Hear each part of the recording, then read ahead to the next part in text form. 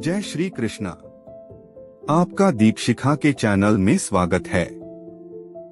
श्रीमद् भगवत गीता अध्याय 2 भाग 8 स्वधर्मंपि चावेक्ष्य न विकम्पितुमर्हसि धर्म्याद्धि युद्धात् श्रेयोन्यत् क्षत्रियस्य न विद्यते। इसका भावार्थ है, क्षत्रिय होने के नाते अपने विशिष्ट धर्म का विचार करते हुए तुम्हें जानना चाहिए कि धर्म के लिए युद्ध करने से बढ़कर तुम्हारे लिए अन्य कोई कार्य नहीं है, अतः तुम्हें संकोच करने की कोई आवश्यकता नहीं है। इसका तात्पर्य है, सामाजिक व्यवस्था के 4 वर्णों में द्वितीय वर्ण उत्तम शासन के लिए है और क्षत्रिय कहलाता है। क्षत का अर्थ है चोट खाया हुआ, जो क्षति से रक्षा करे वह क्षत्रिय कहलाता है। क्षत्रियों को वन में आखेट करने का प्रशिक्षण दिया जाता है। क्षत्रिय जंगल में जाकर शेर को ललकारता और उससे आमने सामने अपनी तलवार से लड़ता है। शेर की मृत्यु होने पर उसकी राजसी ढंग से अंत्येष्टि की जाती थी। आज भी जयपुर रियासत के क्षत्रिय राजा इस प्रथा का पालन करते हैं। क्षत्रियों को विशेष रूप से ललकारने तथा मारने की शिक्षा दी जाती है, क्योंकि कभी कभी धार्मिक हिंसा अनिवार्य होती है। इसलिए क्षत्रियों को सीधे संन्यासाश्रम ग्रहण करने का विधान नहीं है।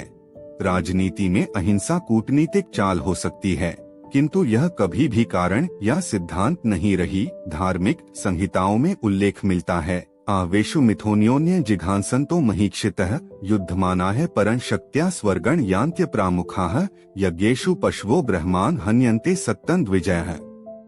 संस्कृताः किल मंत्रैश्च तेपि स्वर्गं वाप्नुवन्। युद्ध में विरोधी ईर्ष्यालु राजा से संघर्ष करते हुए मरने वाले राजा या क्षत्रिय को मृत्यु के अनंतर वे ही उच्चलोक प्राप्त होते हैं, जिनकी प्राप्ति यज्ञाग्नि में मारे गए पशुओं को होती है।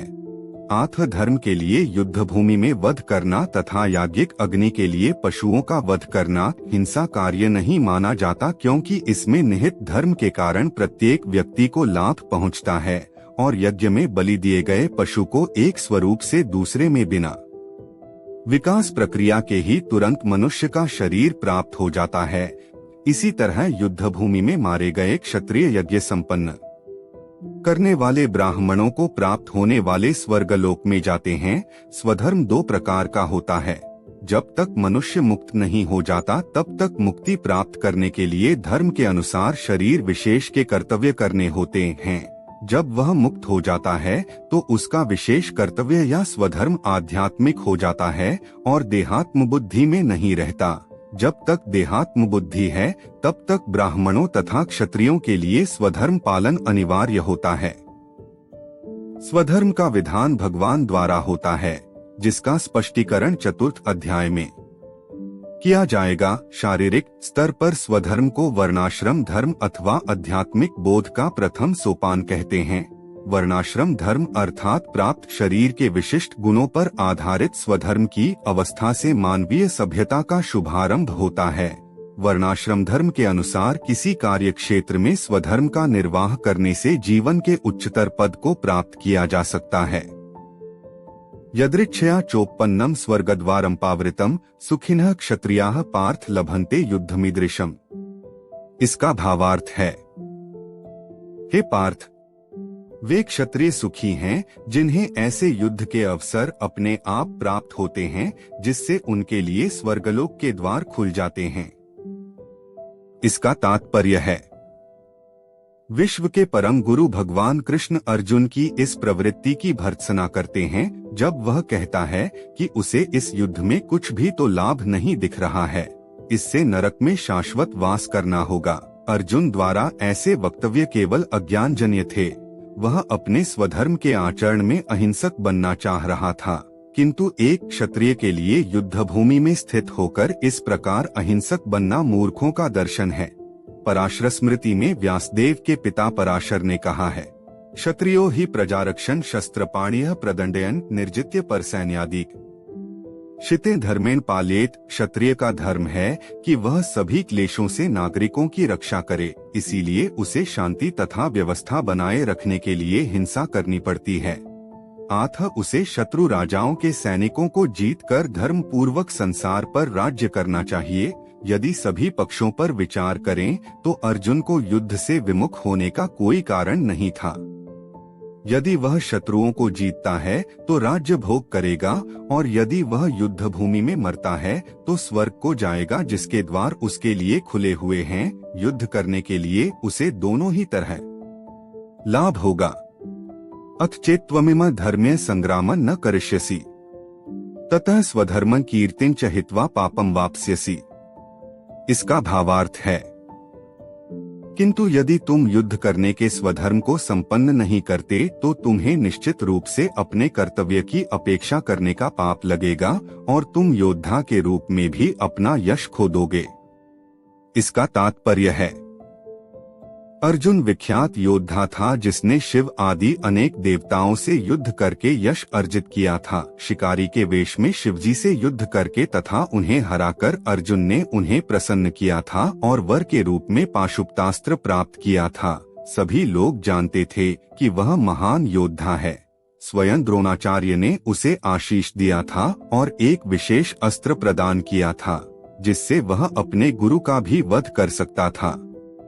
इस प्रकार वह अपने धर्मपिता एवं स्वर्ग के राजा इंद्र समेत अनेक अधिकारियों से अनेक युद्धों के प्रमाण पत्र प्राप्त कर चुका था। किंतु यदि वह इस समय युद्ध का परित्याग करता है तो वह न केवल क्षत्रिय धर्म की अपेक्षा का दोषी होगा, अपितु उसके यश की भी हानि होगी और वह नरक जाने के लिए अपना मार्ग तैयार कर लेगा। दूसरे शब्दों में, वह युद्ध करने से नहीं अपितु युद्ध से पलायन करने के कारण नरक का भागी होगा। अकीर्ति चापी भूतानि कथयिष्यन्ति ते व्ययाम संभावितस्य चाकीर्तिर्मरणात्तिरिच्यते। इसका भावार्थ है, लोग सदैव तुम्हारे अपयश का वर्णन करेंगे और सम्मानित व्यक्ति के लिए अपयश तो मृत्यु से भी बढ़कर है। इसका तात्पर्य है, अब अर्जुन के मित्र तथा गुरु के रूप में भगवान कृष्ण अर्जुन को युद्ध से विमुख न होने का अंतिम निर्णय देते हैं। वे कहते हैं, अर्जुन, यदि तुम युद्ध प्रारंभ होने के पूर्व ही युद्ध भूमि छोड़ देते हो तो लोग तुम्हें कायर कहेंगे, और यदि तुम सोचते हो कि लोग गाली देते रहें किंतु तुम युद्ध भूमि से भागकर अपनी जान बचा लोगे तो मेरी सलाह है कि तुम्हें युद्ध में मर जाना ही श्रेयस्कर होगा। तुम जैसे सम्माननीय व्यक्ति के लिए अपकीर्ति मृत्यु से भी बुरी है। आथ तुम्हें प्राण भय से भागना नहीं चाहिए, युद्ध में मर जाना ही श्रेयस्कर होगा। इसे तुम मेरी मित्रता का दुरुपयोग करने तथा समाज में अपनी प्रतिष्ठा खोने के अपयश से बच जाओगे। आथ अर्जुन के लिए भगवान का अंतिम निर्णय था कि वह संग्राम से पलायन न करे अपितु युद्ध में मरे। भयाद्रणादु परतम मनस्यन्ते त्वा महार्था है, येषा च त्वं बहुमतो भूत्वा यास्यसि लाघवम। इसका भावार्थ है, जिन जिन महायोद्धाओं ने तुम्हारे नाम तथा यश को सम्मान दिया है वे सोचेंगे कि तुमने डर के मारे युद्ध भूमि छोड़ दी है और इस तरह वे तुम्हें तुच्छ मानेंगे। इसका तात्पर्य है, भगवान कृष्ण अर्जुन को अपना निर्णय सुना रहे हैं। तुम यह मत सोचो कि दुर्योधन, कर्ण तथा अन्य समकालीन महारथी यह सोचेंगे कि तुमने अपने भाइयों तथा पितामह पर दया करके युद्ध भूमि छोड़ी है। वे तो यही सोचेंगे कि तुमने अपने प्राणों के भय से युद्ध भूमि छोड़ी है। इस प्रकार उनकी दृष्टि में तुम्हारे प्रति जो सम्मान है वह धूल में मिल जाएगा। गीता का अगला अध्याय सुनने के लिए चैनल को लाइक, शेयर और सब्सक्राइब जरूर करें। धन्यवाद।